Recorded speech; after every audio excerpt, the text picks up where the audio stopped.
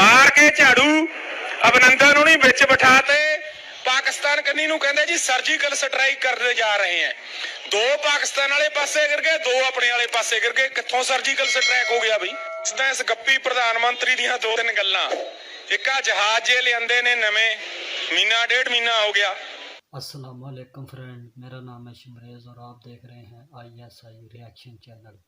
Friend, आज जिस video पे हम रिएक्ट करने वाले हैं इसका टाइटल है 3 मिनट में सरदार जी ने मोदी की असलियत दिखा दी। तो चलिए, कोई इंडियन सिख है, उसने मोदी सरकार को रिप्लाई दिया है। तो चलिए, सबसे पहले हम वीडियो को देखते हैं, अपना रिएक्शन हम बाद में देंगे। अगर इससे पहले आपने वीडियो को लाइक नहीं किया, लाइक करें, चैनल को सब्सक्राइब करें और बेल के आइकन पर ज़रूर प्रेस करें। तो चलिए वीडियो को स्टार्ट करते हैं। मार के झाड़ू अभिनंदन उन्हीं बिच बिठाते पाकिस्तान कन्नी नूं कहंदे जी सर्जिकल स्ट्राइक करने जा रहे हैं।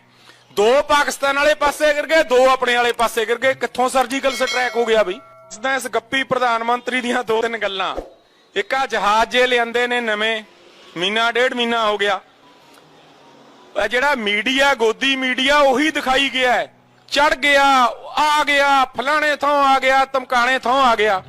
एक छोटा जिहा मुल्क है कतर, ਉਹਦੇ ਕੋਲ 40 ਨੇ, ਇਹਨਾਂ ਕੋਲ 5 ਨੇ ਸਿਰਫ, ਉਹਦੇ ਕੋਲ 40 ਨੇ।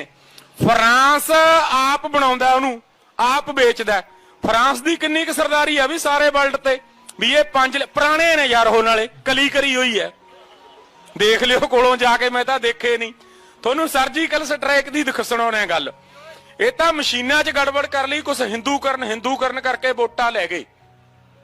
सर्जिकल स्ट्राइक किया पुराने 70 दी जंग वेले दे जहाज पल्लियां पा के खड़ाए हुए थी।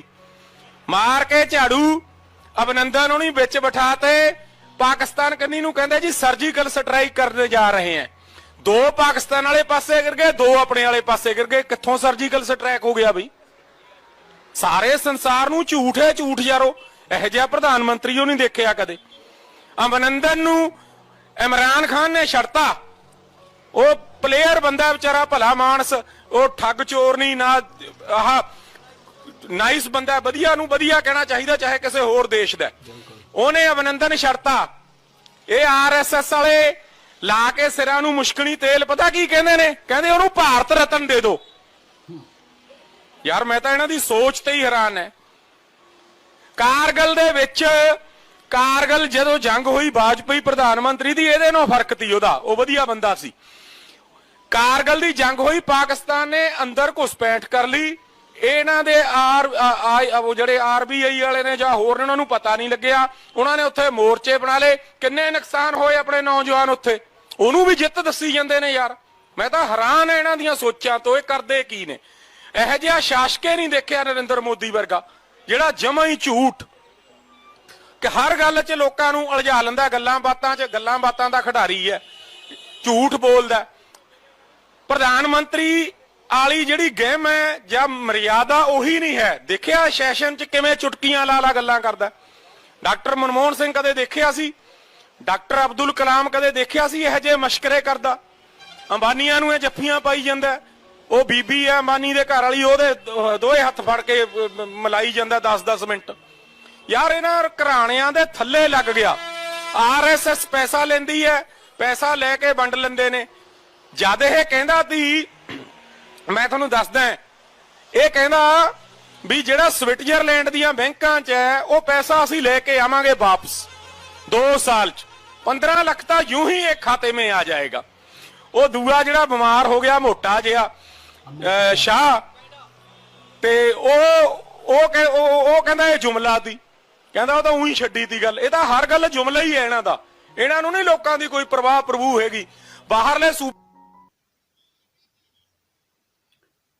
तो फ्रेंड, ये थी हमारी आज की वीडियो।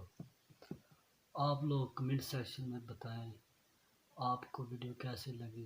और ये इंडियन सिख भाई ने जो रिप्लाई दिया है, ये इंडिया का अपना मसला है, हम कुछ नहीं कह सकते, लेकिन हम खालिस्तान को सपोर्ट करते हैं और करते रहेंगे। ये जो पाकिस्तान का पंजाबी हैं, ये सारे मतलब सपोर्ट करते हैं। तो आपका वीडियो के बारे में क्या कहना है ये आप हमें कमेंट सेक्शन में बताएं, और नेक्स्ट वीडियो किस टॉपिक पे हो वह भी हमें कमेंट सेक्शन में ज़रूर बताएं। तो तब तक के लिए हमें इजाज़त दें, मिलते हैं इंशाल्लाह नेक्स्ट वीडियो में। अल्लाह।